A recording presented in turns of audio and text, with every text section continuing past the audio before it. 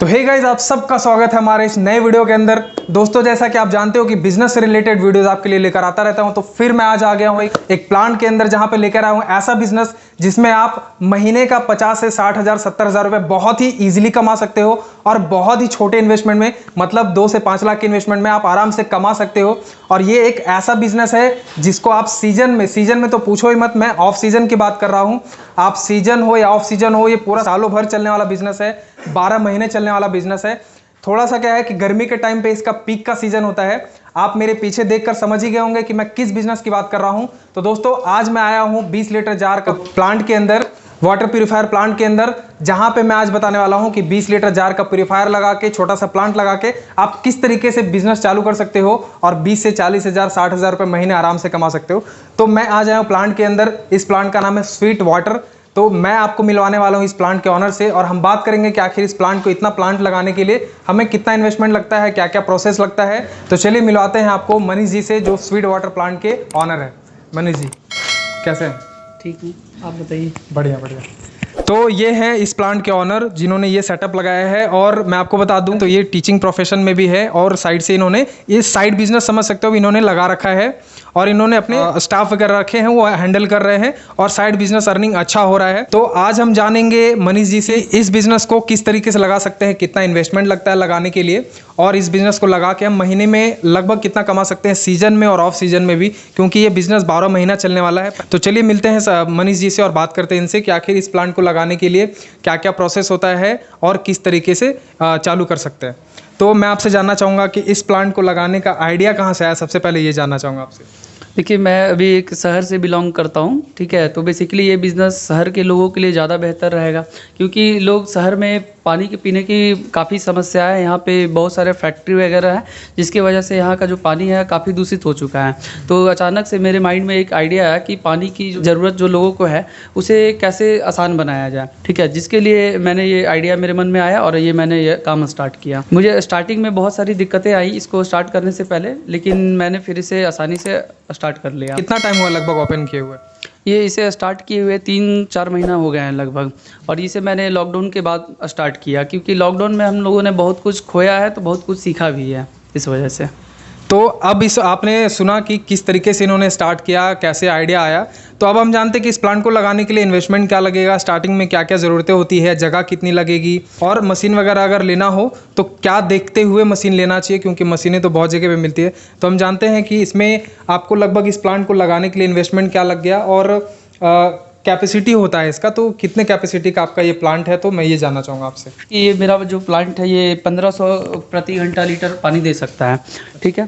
तो और भी अपने कैपेसिटी के अनुसार आप अपने अनुसार लगा सकते हैं प्लांट को, लेकिन मेरा ये जो है 1500 लीटर का 1 घंटे में 1500 लीटर पानी देता है।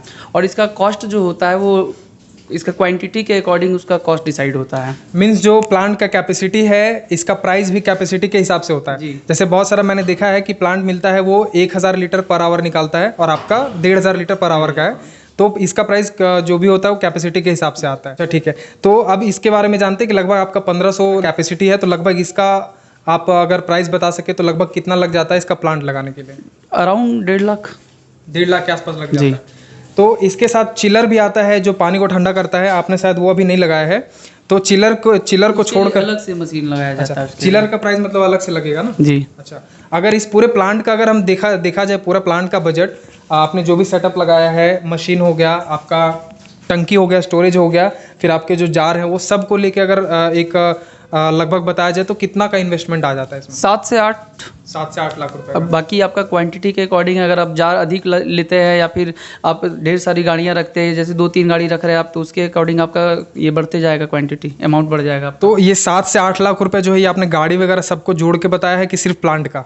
नहीं, सब कुछ जोड़ के। सिर्फ प्लांट का बताइए कि सिर्फ प्लांट को, जैसे ये मशीन जो ये सेटअप है, ये सेटअप आपका जो टंकी वगैरह है, ये जार वगैरह को लेके सिर्फ इसका अगर आप मतलब देखा जाए तो लगभग कितना इन्वेस्टमेंट आ जाए? अराउंड 3 से 4 लाख में ये सब सारा सेटअप, ये सब शेड वगैरह ये सब हो जाएंगे। 3 से 4 लाख में सब हो जाता है जी। और अगर देखा जाए इसके अर्निंग की बात करें तो महीने में लगभग कितना कमा सकते हैं ऑफ सीजन?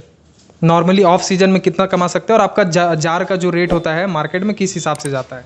नॉर्मली देखिए इसमें ये कोई कह नहीं सकता है कि कितना कमा सकते हैं, मतलब जितना आप सेल कर सके, अधिक से अधिक आपका कांटेक्ट है उसके अकॉर्डिंग आप सेल कीजिए, उससे ज़्यादा अर्न कर सकते हैं।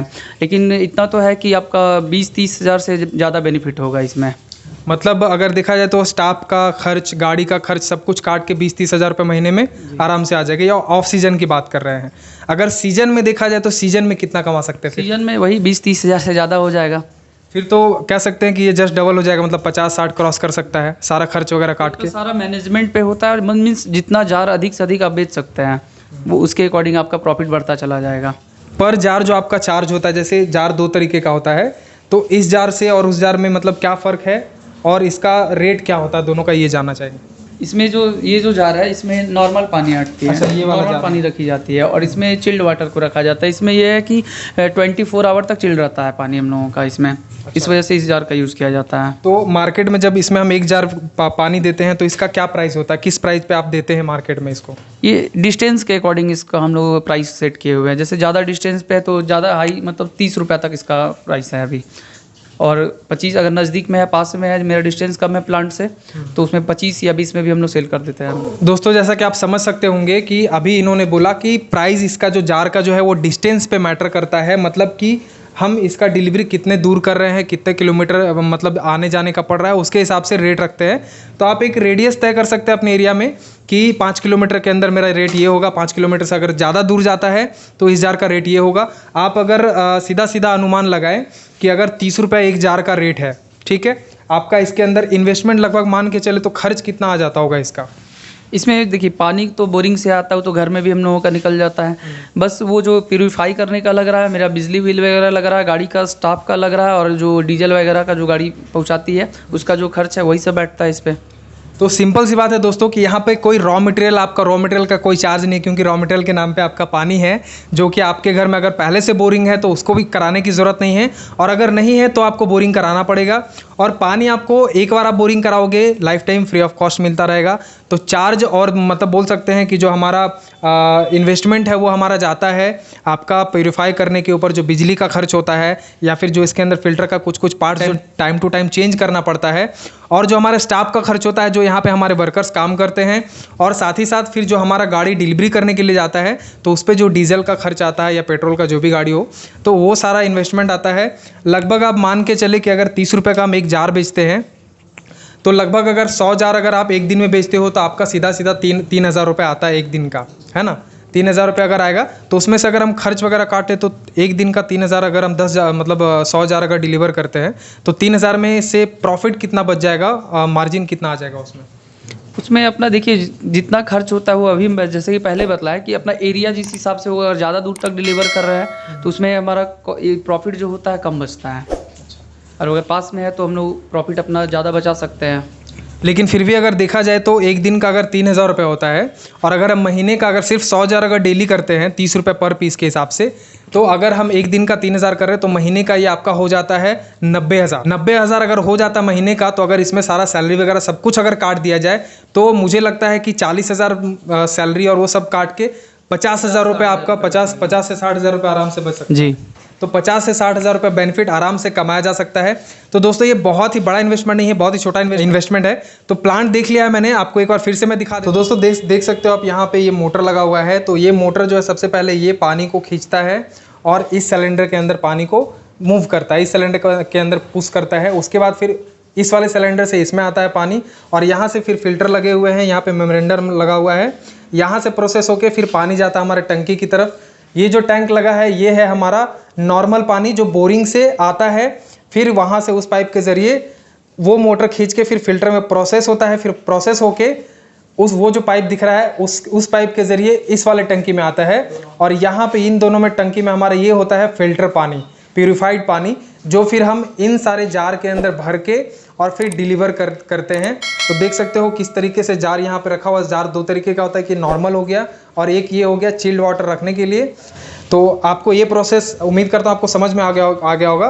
तो अब हम बैठ के बात करते हैं मनीष जी से कि क्या पूरा का प्रोसेस क्या है, किस तरीके से हमें इन्वेस्टमेंट लगता है, डॉक्यूमेंट क्या लगता है, ये सारी चीज़ें। तो चलिए चलते हैं ऑफिस में और बैठ के बात करते हैं।